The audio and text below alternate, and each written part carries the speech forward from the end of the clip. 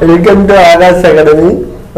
இந்த ஆர்டிக்கல் 12 பார்த்துருவோம். அதுக்கு முன்னாடி போன வீடியோவில் கொஸ்டின் கேட்டிருந்தோம். அதுக்கு உண்டான ஆன்சர் என்ன கேட்டிருந்தோம்னா குடியுரிமை சட்டம் எத்தனை முதல் திருத்தப்பட்டிருக்குன்னு கேட்டிருந்தோம். அதுக்கு ஆன்சர் 9 தடவை திருத்தப்பட்டிருக்கு. கடைசியாக 2019 திருத்திருப்பாங்க.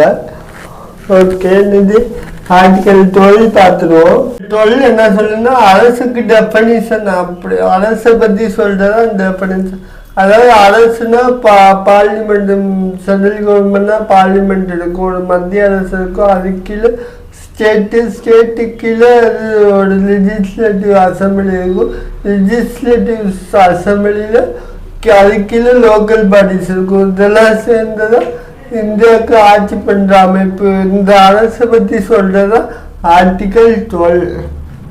ஆர்டிகல் 13 பார்ப்போம். ஆர்டிகல் 13 என்னன்னா சிம்பிளா நினச்சிக்கோங்க, ஜுடிஷியல் ரிவ்யூ, அவ்வளோதான். நீதி புலனாய்வுன்னு தமிழில் சொல்லுவாங்க.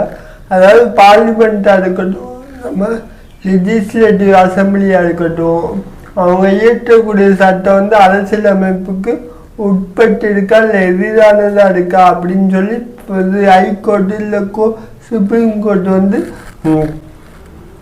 பார்ப்பாங்க. ஒருவேளை நமக்கு அந்த அரசியலமைப்பு சட்டத்துக்கு ஆப்போசிட்டாக இருக்கு, எதிராக இருக்குன்னா உடனே கேன்சல் பண்ண சொல்லிடுவாங்க. இந்த சிஸ்டம் நம்ம யூஎஸ்ஏலேருந்து எடுத்துப்போம். அதான் சட்டம் அரசியல் அமைப்புக்கு உட்பட்டு இருக்கணும் அப்படின்னு சொல்றது இந்த ஆர்டிகல் 13. Okay, thank you. பிடிச்சிருந்தா சப்போர்ட் பண்ணுங்க, சப்ஸ்கிரைப் பண்ணுங்க.